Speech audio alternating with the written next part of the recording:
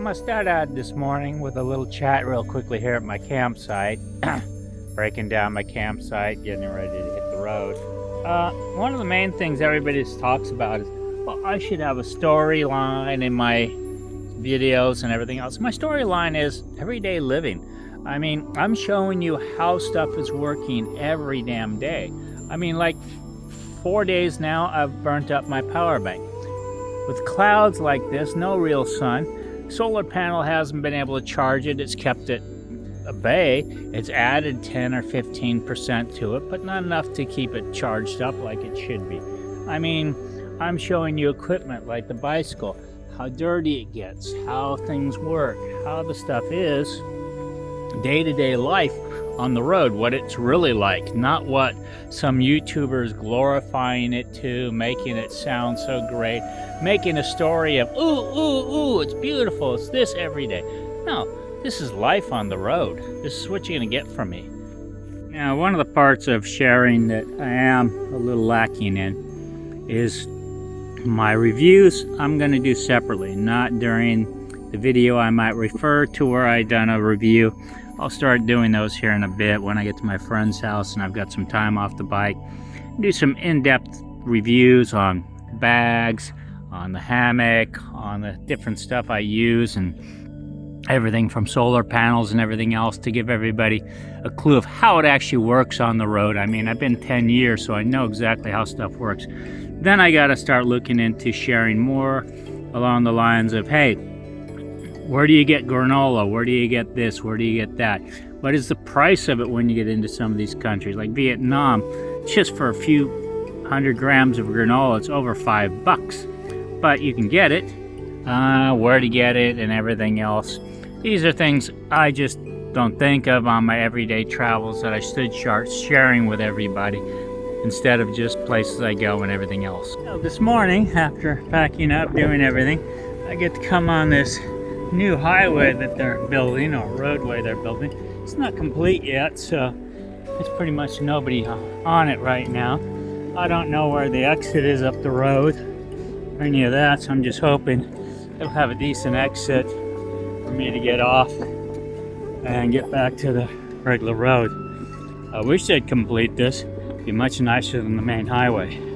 With the beach being right there, it's kind of funny to find in Asia how they do things. All the grave sites are put here near the beach and the sand area and this and that. And the reason behind that is a simple one. To the Asians, you can't plant anything for food and vegetables in the sand. It just doesn't plant and grow. The beach, to them, besides going out there to the ocean to go fishing and get fish out of it, they don't sit on the beach like we do and all that kind of stuff. So this, what we would call prime real estate. In the West, we'd build a house here and have it right on the beach. They build the graves around it.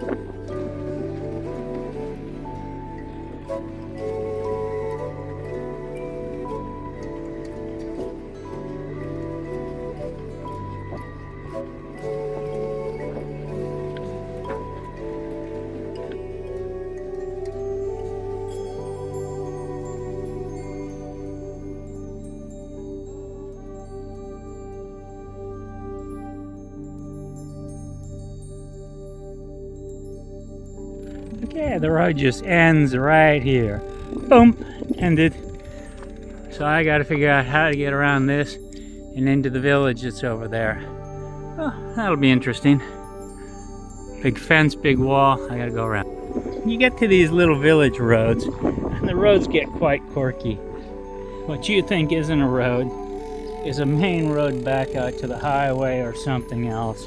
What you think is a main road going somewhere bring you maybe some village, maybe some other place, but they go in and out along the rice paddies, along the different things, so it can be quite fun being trapped back out here. Okay, I'm gonna giggle with contradiction in what is said with stuff. I mean, here you look out at a beautiful scenery, beautiful places to ride through, houses, different things. The scenery is just fantastic. You can see way off in the distance the highway. And people say, well, I thought you said it's all about the journey. You know, it's the journey that's most important. Well, yeah, but there's a point in time where, just like anything, you don't want to get lost completely just in the journey, because you'll never get anywhere. I mean, you eventually have to do like you see here, come up to a bridge and cross a bridge and get back to reality. It's the balance in between the two things that's the most important, is enjoying the journey, the scenery, and everything else, and finding what you want to find.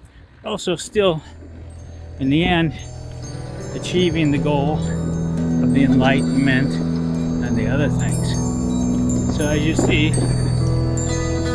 have to come around and do all this weaving in and out past all the little clippers and everything. Up ahead, you see in the distance, I'll get back to the main freeway and go around, because not every one of these villages do this connect to each other and get you around to where you want to get. Okay, we've got back to the highway. Luckily enough, as you see the barrier that's across the highway, I'm lucky that right over there is the cut across to go around to the other side. Otherwise, you'll do like the locals do and you'll ride against traffic all the way up until the next cut across. Alright, the day is going. We're headed down.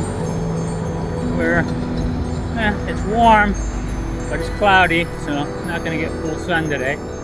But we're on the main highway again, which is a nice, decent highway. It's got a little shoulder to it. A lot of cars parked in the way, but that's the norm. For the next 40 Ks, I got to stay on this road, because basically, looking at the map, most of the roads go around to villages, and then villages, there's creeks or inlets, and there's no bridges across to continue on, so you'd have to go down to the beach, come about 5 or 6 kilometers back up to the main highway, go around, drop down 5 or 6 kilometers back down to the beach area, come back up again. It's just really not feasible, so we're going to stay on the highway for the next 40 Ks. Well, we've marked the little side bit here, the bicyclist to go up on. So we'll follow the instructions.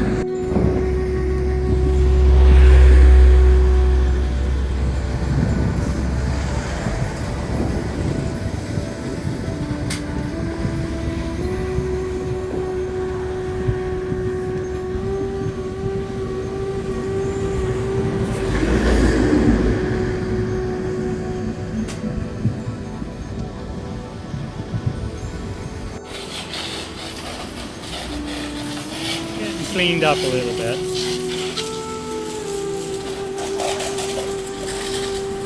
Okay, our run just cleaned up again, washed off.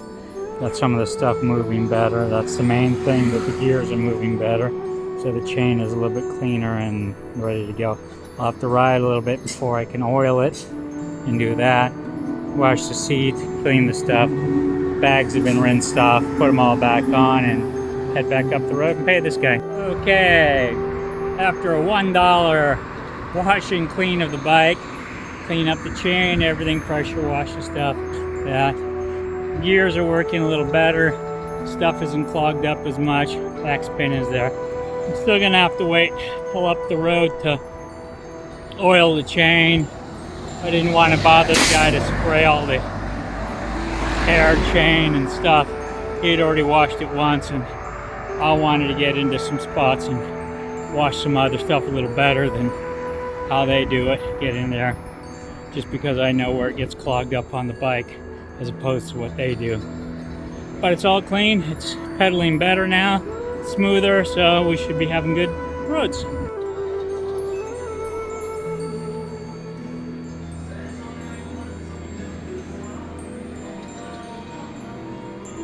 As we say, not always what we eat, but where we eat. We'll eat over there. Nice park, take a break, watch the fishing boat clean up, and see if they'll drop the nets for any fishing, and cross the bridge and head out that way. as opposed to back up the road where they had all the graveyards and all that stuff along the lovely beaches.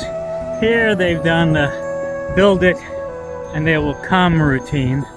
But as you can see, they're still building, and it's not happened yet, because the thing is, they over fancy it to a point of nobody can afford to come here. Only the rich and the other ones. So they build, they don't get sold out, because the front ones where it costs the most, people don't buy right away. So the places look empty, it doesn't really take off. It's just a strange way of doing business.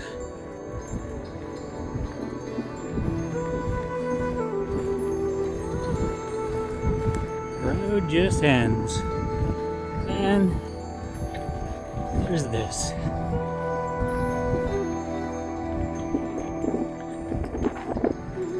Build it and they will come. $300 a night hotel rooms in this area. But no people, they know nothing. Good thing I washed the bike for the last 7 kilometers. Once you get into this, you really don't have much choice. Can't get out of it. I mean, look at that mud. Look at that gunk. I mean, it's just full and dated, and have to wash it the first place I get to wash. Again, rinse off that stuff off my tires and everything else. But yeah, sometimes that happens. These roads, rain comes, trucks come through and just completely demolish it. Just one of those days. Choices limited.